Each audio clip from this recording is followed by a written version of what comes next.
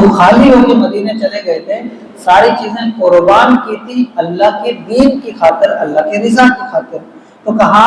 کہ اب جب تک یہ کافر لوگ بھی اسی طرح سے اللہ تعالیٰ کی راہ میں ہجرت نہ کریں، اپنا سب کچھ قربان نہ کریں، اور یہ بھی پتا ہو کہ ان لوگوں نے یہ اللہ کے دین کی خاطر کیا ہے، تب تک ان کے ساتھ دوستی نہ کرو۔ اور فرمایا فَإِن تَوَلَّوْا، اور اگر وہ تمہاری اس بات سے منہ پھیریں، مراد یہ کہ وہ تمہارے دین کی طرف بھی نہیں آتے، تمہارے ساتھ کوئی ہمدردی بھی نہیں ہے، تمہاری بات بھی نہیں مانتے، اللہ کی راہ میں ہجرت بھی نہیں کرتے، پھر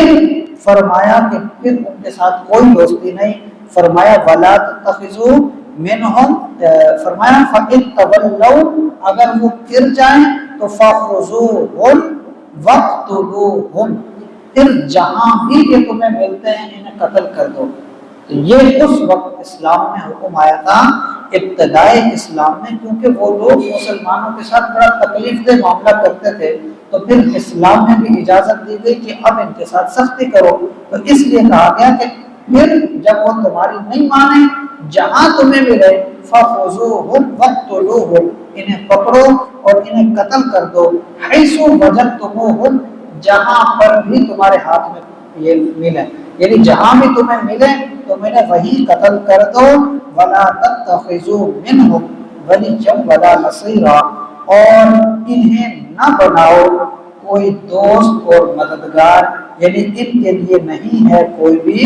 مددگار بھی نہیں اور دوست بھی نہیں، ان کے ساتھ کوئی دوستی بھی نہیں اور کوئی مدد بھی نہیں ہے۔ مراد یہ ہے کہ مسلمانوں تم انہیں اپنا دوست بھی نہ بناؤ اور ان سے دین کے معاملے میں کسی قسم کی مدد بھی نہ مانگو، ان کے ساتھ تعلق اس طرز پہ نہ رکھو۔ تو یہ جو آیتیں تھی بتایا گیا اس میں منافقین کے بارے میں اس وقت کے حالات کے مطابق، لیکن سبب کیا ہے؟ منافق یعنی کہ غیر مسلم جو ہوتے ہیں یہ کبھی بھی مسلمانوں کے دوست نہیں بن سکتے۔ یہ وضاحت کے ساتھ اللہ تعالیٰ نے ایک جگہ نہیں کئی جگہ ارشاد فرمایا کہ کفار یہود و نصارہ کبھی بھی مسلمانوں کے دوست نہیں بن سکتے، مسلمانوں کے فائدے میں کبھی بھی نہیں سوچ سکتے، ہمیشہ اسلام اور مسلمان کو نقصان دینے اور ختم کرنے کے معاملے میں ہی ان کا پلان ہوتا ہے۔ تو ان کے ساتھ تعلق نہ رکھو، ان کے ساتھ کسی قسم کا ایسا حساب نہ بناؤ کہ یہ تمہیں اپنا شکار کر سکے۔ دوسری چیز یہ تھی کہ اللہ تعالیٰ نے اس آیت کے آخر میں فرمایا وَلَا تَتَّخِذُوا مِنْهُمْ وَلِيًّا وَلَا نَصِيرًا، کہ انہیں یعنی تم لوگ کسی کو بھی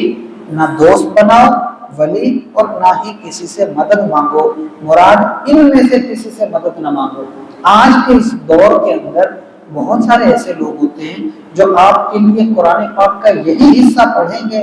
دکھاتے ہیں کہ فَإِن تَوَلَّوْا وَلَا تَتَّخِذُوا مِنْهُمْ وَلِيًّا وَلَا نَصِيرًا۔ دیکھو قرآن یہ کہتا ہے کہ کسی کو دوست نہیں بنانا، کسی سے مدد نہیں مانگنی، مدد تو اللہ کرتا ہے۔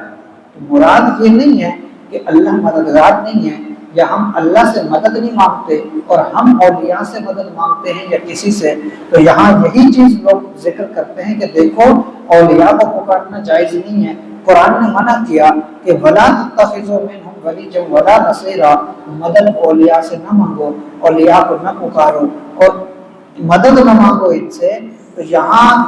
وضاحت کے ساتھ تذکرہ ہے، پیچھے اللہ نے منافقین کا تذکرہ کیا اور منافقین کا بتایا، یہود و نصارہ کا بتایا کہ یہ لوگ دین کے مخلص نہیں ہیں،